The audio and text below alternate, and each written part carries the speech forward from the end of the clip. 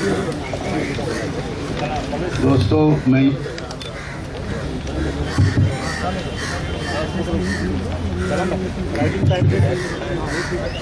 All India Muslim personal law board Indian Muslim की apex body है और Indian Muslims में जितने भी स्कूल ऑफ थॉट्स हैं, जितनी भी ऑर्गेनाइजेशन हैं, जितनी भी जमातें हैं, वो सब के सब all India Muslim personal law board के फाउंडर मेंबर्स हैं। और मुस्लिम पर्सनल लॉ बोर्ड बेसिकली इस काम के लिए बनाया गया था कि इंडियन मुस्लिम्स की जो मुस्लिम आइडेंटिटी है वो सेफ एंड सिक्योर रहे। और जो हमारे कॉन्स्टिट्यूशन ने हमको जो मुस्लिम पर्सनल लॉ पर अमल करने की इजाज़त दी है, शरीयत एप्लीकेशन एक्ट 1937 जिसको कहा जाता है, वो हमारे राइट्स महफूज रहें। अब पिछले जो कुछ समय से ये बात देखने में आई कि हमारी भारत सरकार भारत के संविधान के विरोध में देश को ले जाना चाह रही है और जो देश का जो सेकुलर डेमोक्रेटिक फैब्रिक है वो खतरे में है। किसी पर्टिकुलर फेथ को, उसकी संस्कृति को सारे देशवासियों पर एक तरह से इम्पोज करने की और थोपने की कोशिश की जा रही है। तो ये कॉन्स्टिट्यूशन के लिए एक बहुत सीवियर थ्रेट है और अगर हम कॉन्स्टिट्यूशन को न बचा सके तो देश भी टूट जाएगा, बिखर जाएगा। 7 जून 2015 को all India Muslim personal law board की वर्किंग कमेटी ने लखनऊ में बहुत मैराथन बहस के बाद और ब्रेन स्टॉर्मिंग सेशंस के बाद, जिसका सिलसिला मार्च से शुरू हुआ था, जब इस बात का यकीन हो गया कि संविधान को बदलने की भी कोशिश की जा रही है और संविधान के विरोध में बहुत से स्टेप्स उठाए जा रहे हैं, सूर्य नमस्कार हो, योगा हो, वंदे मातरम हो, इन चीज़ों को सब लोगों पर थोपने की कोशिश की जा रही है, जबकि संविधान इस बात की गारंटी देता है कि कोई स्टेट का कोई अपना रिलीजन नहीं होगा, कोई फेथ नहीं होगा, स्टेट टोटली सेकुलर होगी और लोग अपने अपने धर्म पर चलें, अपने धर्म का प्रचार करें, इसकी पूरी आज़ादी होगी। तो इस पर all India Muslim personal law board ने 7 जून 2015 की अपनी वर्किंग कमेटी में ये डिसीजन लिया कि हमें एक मूवमेंट लॉन्च करनी चाहिए, save faith and save religion. और उसमें इस बात की कोशिश करनी चाहिए कि हमारे देश में जितनी भी रिलीजियस सोशल जो यूनिट्स हैं, जितनी इकाइयाँ हैं, जितने धर्मों को मानने वाले लोग हैं, जितनी माइनॉरिटीज़ हैं, हम उन सब के को इकट्ठा करके सबको साथ लेकर एक अभियान इस देश में चलाएं, जिसका नाम रखा गया save faith and save constitution, दीन और दस्तूर बचाओ तहरीक। उस सिलसिले में दोस्तों 18 अगस्त 2015 को दिल्ली में एक पहली मीटिंग हुई जिसमें क्रिश्चियन फेथ की तरफ से 6 रिप्रेजेंटेटिव जो पूरे देश में जो मिशनरी चलाते हैं और जो ज़बरदस्त काम कर रहे हैं एजुकेशन फॉर हेल्थ सर्विसेज पे, वो उनको बुलाया गया। वो सब आए।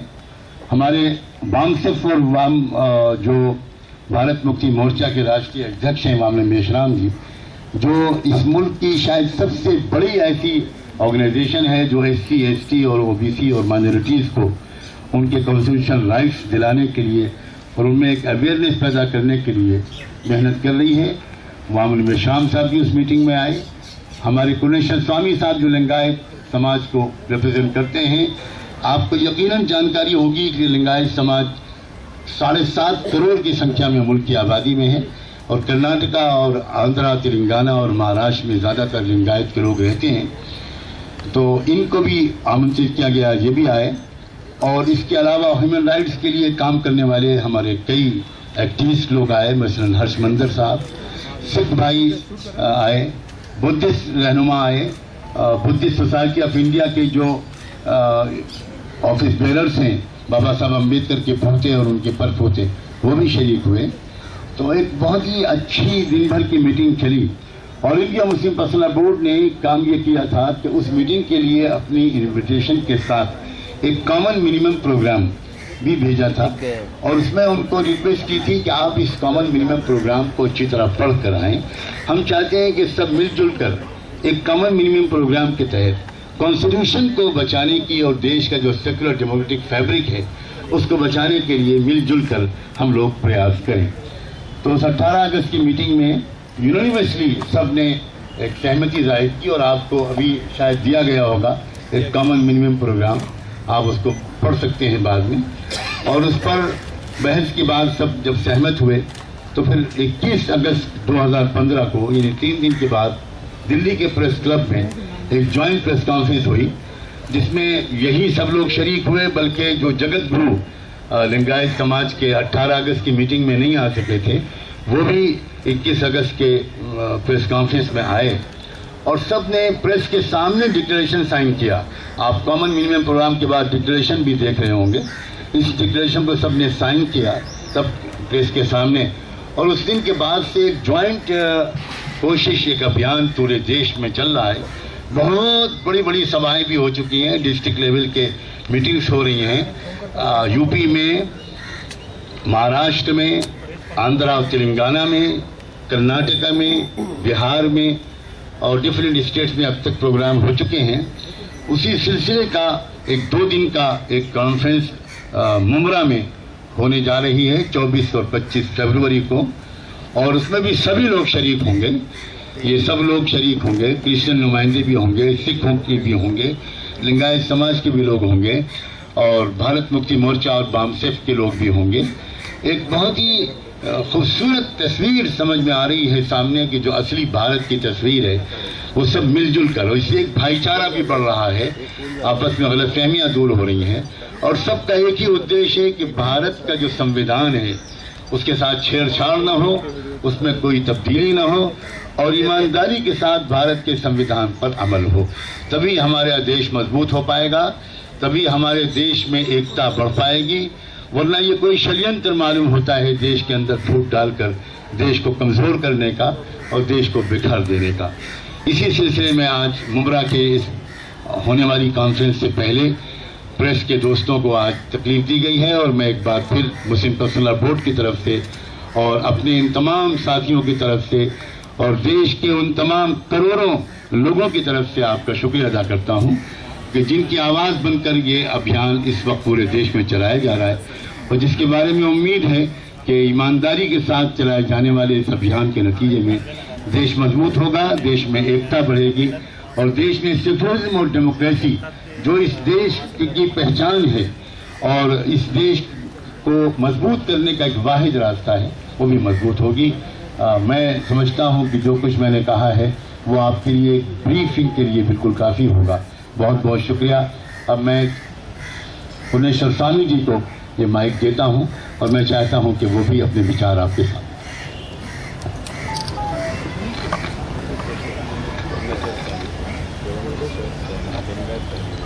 आप सबको मेरा नमस्कार। मैं लिंगायत धर्म का प्रचारक हूँ और मठाधीश हूँ। इस देश में बहुत सारे धर्म हैं, उसी तरह लिंगायत भी एक स्वतंत्र धर्म है। इस धर्म को मानने वाले इस देश में लगभग 7 करोड़ लोग हैं और दक्षिण भारत में सबसे ज़्यादा ये लोग रहते हैं। 1200 सदी में महात्मा बसवण्णा समता तत्व के आधार पर वर्ण व्यवस्था, जाति व्यवस्था को खत्म करने के लिए उन्होंने लिंगायत धर्म का स्थापन की। ये लिंगायत अवैदिक धर्म है और ये इंडिपेंडेंट रिलीजन है। इस देश में जब अंग्रेज राज करते थे उस वक्त लिंगायत धर्म का स्वतंत्र गिनती होती थी, ब्रिटिशों ने किया था।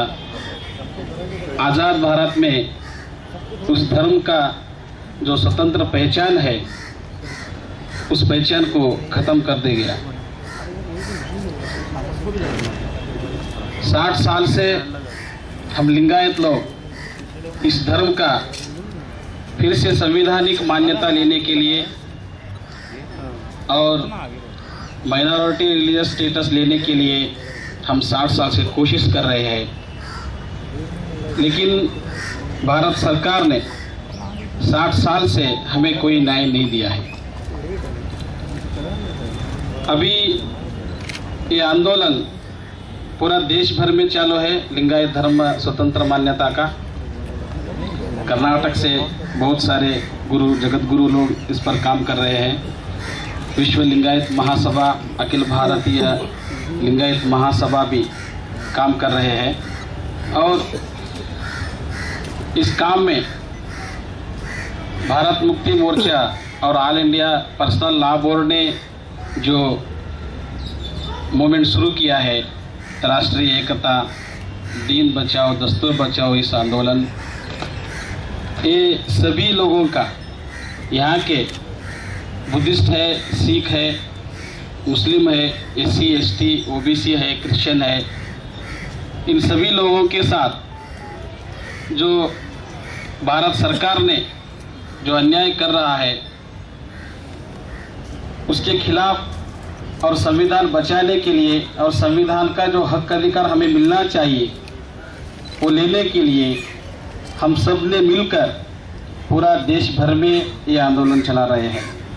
और इस आंदोलन में हमारे सभी धर्म के गुरु लोग यहाँ हैं आंदोलन में, और मुस्लिम personal law board, Bharat Mukti Morcha के नेतृत्व में हम सब इस देश का जो संविधान है उसको बचाने के लिए और तमाम SC ST OBC minorities, Lingayat सभी लोगों का हक अधिकार के लिए हम सब मिलकर ये आंदोलन कर रहे हैं। और लिंगायत धर्म का स्वतंत्र मान्यता, संवैधानिक मान्यता लेने के लिए हम जो कोशिश कर रहे हैं उसके साथ ये सभी धर्म के, ये समान विचारधारा के जो लोग हैं वो सब साथ दे रहे हैं। इस विचार को आपने लोगों तक पहुंचाए, इतना ही मैं गुजारिश करता हूं। धन्यवाद। मोहम्मद मिश्राम जी जो भारत मुक्ति मोर्चा और वामसिफ के राष्ट्रीय अध्यक्ष हैं, मैं उनको रिक्वेस्ट करता हूँ। वो माइक पे लगा तो साथियों, पत्रकार भाइयों, मुस्लिम पर्सनल बोर्ड के द्वारा पहल करके जो मीटिंग आयोजित की गई थी उसमें वामसिफ और भारत मुक्ति मोर्चा की तरफ से भी हम लोग रिप्रेजेंटेटिव शामिल थे और उसमें बैठकर जो कॉमन मिनिमम प्रोग्राम बनाया गया वो कॉमन मिनिमम प्रोग्राम भी हम लोगों ने वहाँ पास किया है और उसके आधार पर सारे देश भर में एक जागरण अभियान चलाया जा रहा है कि ये अभियान क्या है। तो इसका टाइटल है दीन और दस्तूर बचाओ अभियान। दस्तूर का मतलब है संविधान बचाओ, दीन का मतलब है यकीन और विश्वास जो प्रत्येक धर्म को मानने वाले जो लोग हैं उनका अपना। ये संविधान के मौलिक मान्यताएं हैं और संविधान में प्रत्येक नागरिक को ये अधिकार दिए गए हैं। और अभी दिल्ली में जो 2014 में केंद्र में जो सरकार आई है, भारतीय जनता पार्टी के द्वारा जो सरकार आई है, वो संविधान की शपथ तो लेते हैं मगर संविधान के विरोध में बयानबाजी करते रहते हैं। जैसे फॉर एग्जाम्पल मैं 2 उदाहरण देता हूं कि भारतीय जनता पार्टी का प्रत्येक कैबिनेट मिनिस्टर संविधान की शपथ लेता है और संविधान की पहली लाइन है जिसमें लिखा है इंडिया दैट इज भारत। तो वो हिंदुस्तान हिंदुस्तान हिंदुस्तान करते रहते हैं। अभी हमारे मुस्लिम भाई ने मुझे कहा तो मैंने कहा मैं इससे सहमत नहीं हूं, मैं भारत का हूं क्योंकि भारत सभी का है, हिंदुस्तान तो केवल हिंदुओं का होगा। तो इससे तो देश खतरे में पड़ जाएगा, देश की एकता खतरे में पड़ जाएगी। और 47 में इस खतरे से हम गुजरे हुए हैं तो हम लोगों को बार बार इस तरह का खतरा पैदा नहीं करना चाहिए। तो इसके लिए कम से कम सबक सीख करके हम लोगों को खबरदारी लेनी चाहिए। दूसरा उदाहरण है, फॉरेन मिनिस्टर सुषमा स्वराज कहती हैं हरियाणा में कि गीता को राष्ट्रीय धर्म ग्रंथ घोषित किया जाए। वो शपथ लेती है सेकुलर कॉन्स्टिट्यूशन का, और वो घोषित करती है कि गीता को राष्ट्रीय धर्म ग्रंथ घोषित किया जाए। मैं ये तो नहीं कहता हूं कि सुषमा स्वराज को अकल नहीं है। सुषमा स्वराज बहुत बुद्धिमान महिला है, तो वो नासमझी की वजह से बयानबाजी कर रही है, ऐसा तो मैं नहीं मान सकता, कि उनको समझ में नहीं आ रहा इस वजह से बयान दे रही है, ऐसा तो मैं नहीं मानने के लिए तैयार नहीं हूं। वो कॉन्शियसली ऐसा कर रहे हैं। तो ये दो उदाहरण इस बात को सिद्ध करते हैं कि उनका व्यवहार संविधान के अनुकूल और अनुरूप नहीं है। इससे देश की एकता और अखंडता खतरे में पड़ रही है। तो मुस्लिम पर्सनल बोर्ड और दूसरे बहुत सारे संगठन के द्वारा देश की एकता को बचाने के लिए दीन और दस्तूर बचाओ अभियान हम लोग चला रहे हैं। तो मैं ऐसा मानता हूं कि ये अभियान निश्चित रूप से दीन और दस्तूर, दीन का मतलब है लोगों का यकीन, जो अपना अपना यकीन है, विश्वास है धर्म के रेफरेंस में। आर्टिकल 25 में मौलिक अधिकार है, केवल अधिकार नहीं है, मौलिक अधिकार है, और मौलिक अधिकार के तहत ये अधिकार दिया गया है।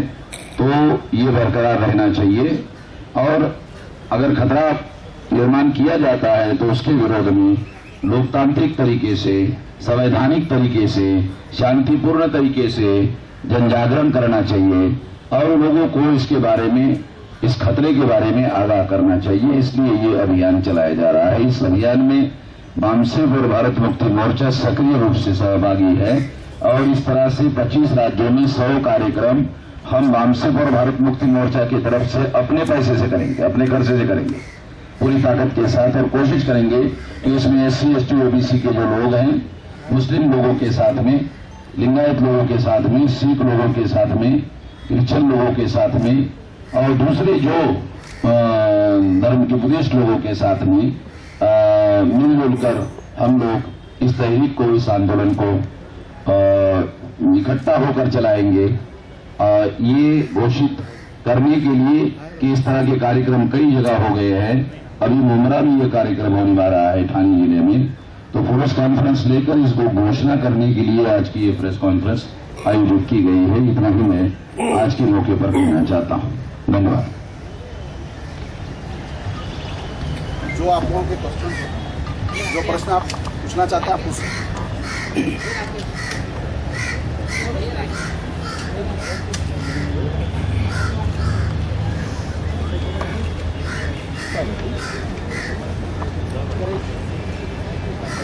मुमरा में जो हो रहा है अभी कार्यक्रम जो होने वाला है, उसके बारे में कुछ बताइए, क्या क्या कौन लोग आने वाले, क्या है?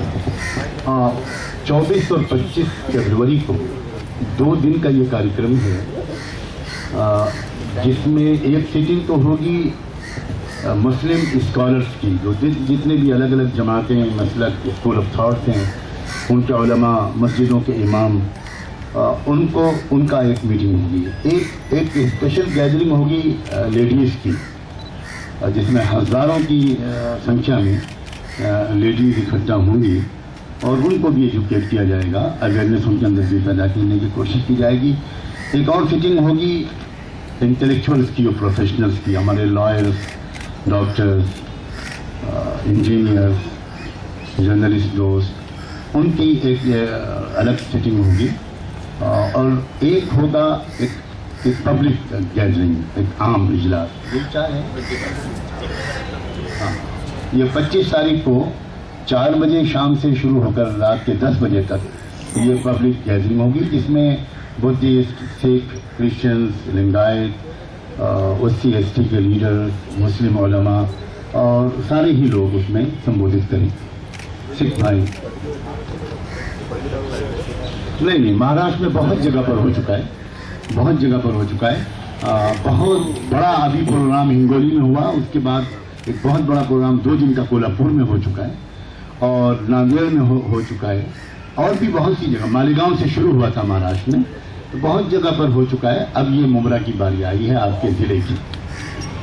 सर बोला दुरानी बोला ना वंदे मातरम और तो जो चीज़ बताया हाँ मैं फॉर एग्जाम्पल आपको किसी बताया तो योगा जो है योगा से मिलजुल करके राज्य के लोग करते हैं वो एक अलग बात है, लेकिन योगा मैं खुद रिसर्च स्कॉलर हूँ, इसमें कोई डाउट ही नहीं है कि योगा वैदिक धर्म का एक हिस्सा है और इसलिए उसको कंपलसरी करना, हम जो बात करते हैं कोई करे लेकिन उसको कंपलसरी करना, एजुकेशनल सिस्टम का हिस्सा बनाना, गवर्नमेंट एम्प्लॉइज के लिए भी जरूरी करना, ये अगेंस्ट द कॉन्स्टिट्यूशन। हाँ बिल्कुल डेफिनेटली या कोर्स। अभी जयपुर हाईकोर्ट ने जयपुर हाईकोर्ट ने मध्य प्रदेश हाईकोर्ट ने दोनों ने ये जजमेंट दिया है कि it can not be made mandatory. यही हमारी मांग है। जो वर्ल्ड योगा डे था जो नहीं हुआ था इधर बैठ जाते उसके आप सेवा में वर्ल्ड योगा डे ये भाई हम ये कहना चाह रहे हैं कि भारत के जो और इश्यूज हैं वो ज़्यादा अहम हैं, या कोई कंट्रोवर्शियल इशू को खड़ा कर देना और जिससे देश के अंदर कंट्रोवर्सी खड़ी हो जाए वो ज़्यादा है। सर योगा से अभी ये जो कैसे जुड़ा सर? हो सकता है आपकी ये ओपिनियन हो, लेकिन हमारा रिसर्च है इसके ऊपर, मैंने इस पर आर्टिकल लिखा है, बहुत सी किताबों के रेफरेंस दिए हैं। इट इज पार्ट ऑफ वैदिक धर्म। नहीं, लेकिन ये तो हिंदुस्तान में होगा, भारत में होगा, लेकिन बाकी से दुनिया में अलग देशों में भी भारत ने इंट्रोड्यूस किया है ना उसको, तो लोगों ने उसको धर्म के हैसियत से तो नहीं उसको लिया है, लोगों ने तो उसको फिजिकल एक्सरसाइज के हैसियत से लिया है। आप कोई आदमी भी योगा कर सकता है, वी हैव नो ऑब्जेक्शन, लेकिन आप उसको कंपलसरी नहीं कर सकते, एजुकेशनल सिस्टम का पार्ट नहीं बना सकते। फिर आप नमाज को तो नहीं पार्ट बनाएंगे, फिर तो एक मसला खड़ा हो जाएगा ना देश में। तो ये तो फिर नाइंसाफी है सर। पर अननेसेसरी हम कंट्रोवर्शियल इश्यूज को अगर हम खड़ा करेंगे तो भारत के पास ज़्यादा बड़े बड़े मसाइल हैं, वो उन पर पहले तवज्जो होनी चाहिए। सर अभी जो ये सब्जेक्ट लगाया है कि शव फेथ और शव कॉन्स्टिट्यूशन, अभी सर ने बताया है कि ये तो संविधानिक सभी का अधिकार है, तो फिर ये अलग से कार्यक्रम लगाने की जरूरत है सर? अलग से कार्यक्रम दोबारा पूछिए सर। ये जो सब्जेक्ट लगाया है शव कॉन्स्टिट्यूशन और शव फेथ, तो ये आपने ही अभी बताया था कि ये संविधानिक सभी का अधिकार है, सभी को विश्वास वगैरह बचाना चाहिए, तो ये अलग से कार्यक्रम जो आप कह रहे थे कि भारत में नहीं रही है, जिन लोगों को ऐसा लग रहा है कि उनके विश्वास को सरकार की तरफ से खतरे में डाला जा रहा है, सरकार को यह अधिकार नहीं है कि किसी के विश्वास को, किसी के यकीन को खतरे में डाला जाए। सरकार या देश का प्रधानमंत्री देश का है, प्रधानमंत्री तो देश का है ना जी, या मंत्रिमंडल तो देश का है as per the provision of the constitution, तो उसको देश का प्रतिनिधित्व करना है और देश में रहने वाले सभी धर्म, सभी यकीन और सभी विश्वास के लोगों का प्रतिनिधित्व करना है। किसी एक खास विश्वास और किसी एक खास यकीन का अगर वो प्रतिनिधित्व करते हैं तो दूसरे लोगों को लगता है कि ये सरकारी कार्यक्रम बनाया जाएगा सरकारी बजट से, जिसमें SC, ST, OBC और माइनॉरिटी के लोग भी टैक्स देते हैं, तो उनका टैक्स उनके ही खिलाफ में इस्तेमाल होगा। बड़ी अजीब किस्म की बात है। इसके विरोध में हम लोग हैं, ना कि दूसरे लोगों को कॉन्स्टिट्यूशन ने जो अधिकार दिया है वो अपने धर्म को, अपने यकीन को मानने के लिए आजाद है, हमारा कोई ऑब्जेक्शन नहीं है, मगर उनके यकीन और विश्वास को वो देश का कार्यक्रम नहीं बना सकते, सरकार का कार्यक्रम नहीं बना सकते। सर आपने जो आपका ये चल रहा है, आपका जो अभियान चल रहा है उसके लिए जो अभी दूसरे जो धर्म है, हिंदू धर्म है, उसके अंदर भी कोई लोग आपने इसको मानते हैं, संविधान को मानते हैं, उनको आपने इन्वाइट किया क्या?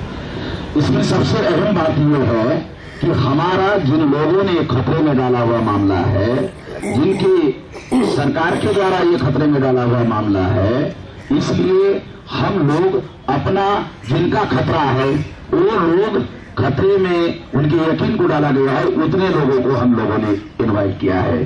तो उनका तो कोई खतरा तो है नहीं, वो कोई खतरे में पड़ा हुआ तो नहीं है। दूसरी बात, जहां तक आप हिंदू धर्म की बात करते हैं, वेद में हिंदू शब्द ही नहीं है। श्रुति, स्मृति, पुराण, रामायण, महाभारत और गीता, इसमें कहीं पर भी हिंदू शब्द नहीं है। तो आप मुझे थोड़ा सा ज्ञान में इजाफा कर दीजिए। तो ये हिंदू धर्म नहीं, ये ब्राह्मण धर्म है। ये लोग नहीं बोलते, मुसलमान कुछ लोग बोलते नहीं है, मगर मैं तो खुलकर बोलता हूं।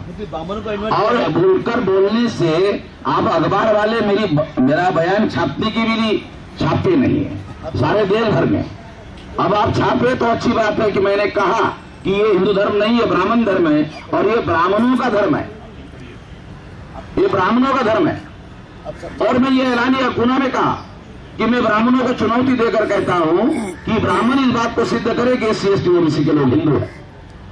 तो RSS ने कार्यक्रम लेकर कहा कि धर्म के आधार पर हिंदू नहीं है, सांस्कृतिक रूप से हिंदू है। वाह, ये मेरे पास रिकॉर्ड है। ब्राह्मण हा हिंदूचा धर्म आहे तुम्ही म्हणताय तुम्ही, तुमच्याकडे काय पुरावे आहेत त्याचे? तुमच्याकडे काय पुरावे? कशाचे? हिंदू हा धर्म फक्त ब्राह्मणांचा असं तुमचं म्हणणं आहे, तुमच्याकडे त्याचे काय पुरावे? हिंदूंच्या नावावर जे धर्मग्रंथ हिंदूंचे आहेत असं म्हटले जाते, त्या सर्व धर्मग्रंथांमध्ये वर्णव्यवस्था आणि जाती व्यवस्थेचं समर्थन करण्यात आलेलं आहे। आणि वर्णव्यवस्था आणि जाती व्यवस्था ही SC ST OBCच्या विरोधात आहे। तेव्हा SC ST OBCच्या लोकांना हिंदू बनलं जाते आणि ते त्यांच्या विरोधात आहे। त्यांच्या विरोधात असलेलं षडयंत्र त्यांचा धर्म कसा होऊ शकते? सर है प्रश्न बराबर है, चलो। हिंदुस्तान क्यों बोलते हैं? जो बोलते हैं उनके लिए मेरा ऑब्जेक्शन है।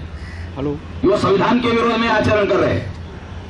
इसलिए मैं ये कहता हूं कि भारत के संविधान ने इंडिया दैट इज भारत लिखा हुआ है, तो भारत कहा जाना चाहिए।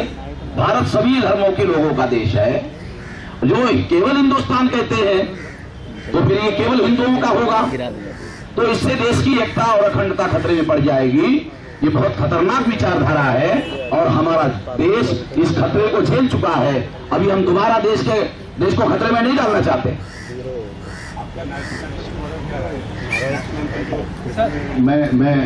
मैं ये बात मैं रिक्वेस्ट करता हूँ कि हम इस वक्त इस विषय पर बात करने के लिए बैठे हैं, उसी विषय से रिलेटेड आप क्वेश्चन पूछें, वरना फिर बात बहुत आगे बढ़ जाएगी, बहुत आगे बढ़ जाएगी। मैं माफी त्याच्यामध्ये रोहित उमेदवाराचं प्रकरण सुरू आहे, त्या संदर्भात आपल्या आता जे आपण जो आदेश होणार त्यात तुम्ही निषेध व्यक्त करणार आहात का? निषेध व्यक्त करणं फार लहान काम आहे। तुम्ही फार छोट्या छोट्या कामामध्ये संतुष्ट होऊन जाता, त्याच्याबद्दल मी एवढ्याच छोट्या कामामध्ये संतुष्ट व्हायला तयार नहीं है। मुस्लिम पर्सनल बोर्ड के लोगों के द्वारा इसके विरोध में बयान दिया जा चुका है अधिकृत रूप से उनके जनरल सेक्रेटरी के द्वारा।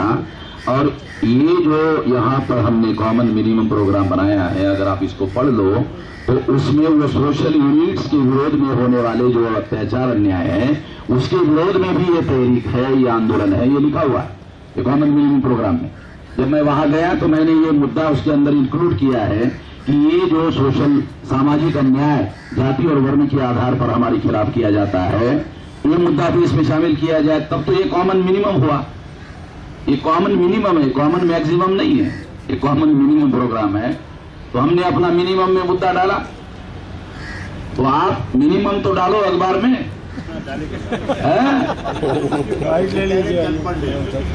हाँ। बहुत सारे मुस्लिम लोग जो यंग लड़के लोग हैं वो विशेष के इधर अट्रैक्शन हो रहे हैं, उसके लिए जो आप कर रहे हैं उसके लिए अभी कुछ मुस्लिम लॉ बोर्ड कुछ तमाम मुस्लिम ऑर्गेनाइजेशंस यूनानिमसली पूरी दुनिया का एक लड़का पकड़ा गया है, पूरी दुनिया के मुस्लिम उलमा, अगर आप इंटरनेट पर गूगल पर खाली सर्च कर लें, खाली इतना डालते हैं कि opinion of Muslim scholars about Einstein, पूरी दुनिया के लोग इसके विरोध में हैं। सैकड़ों फतवे छप चुके। मगर थोड़ी सी शिकायत मुझे करनी दीजिए मीडिया से, पता नहीं आप लोग सेलेक्टिव क्यों कीजिए, वो ऐसी चीजें क्यों नहीं हमारी पहुंचाते कि जिनसे हमारा सही मैसेज पहुंचे, और कोई एक आध आदमी गलत रास्ते पर चलता है तो उसको बहुत हाईलाइट करते हैं। हाँ, तो थोड़ा सा इसके ये जो साइंस वगैरह के बारे में तो कोई भी इंडिया में नहीं वर्ल्ड में कोई मुस्लिम स्कॉलर उसके हक में नहीं, वो बहुत बड़ी कॉन्स्पिरेसी इसको करा दिया जा रहा है, उसका धर्म से कोई ताल्लुक ही नहीं है। और अगर कोई भी नौजवान इस तरह का देश में ऐसे कहीं भी किसी भी हरकत में कहीं है तो हमारी इन्वेस्टिगेशन एजेंसीज का ये ड्यूटी है कि वो उसको ठीक से इसका ट्रायल करें और उसके बाद उसको जो कानून का जो भी अनुसार उसके साथ मामला किया जाए। बहुत बहुत शुक्रिया सर।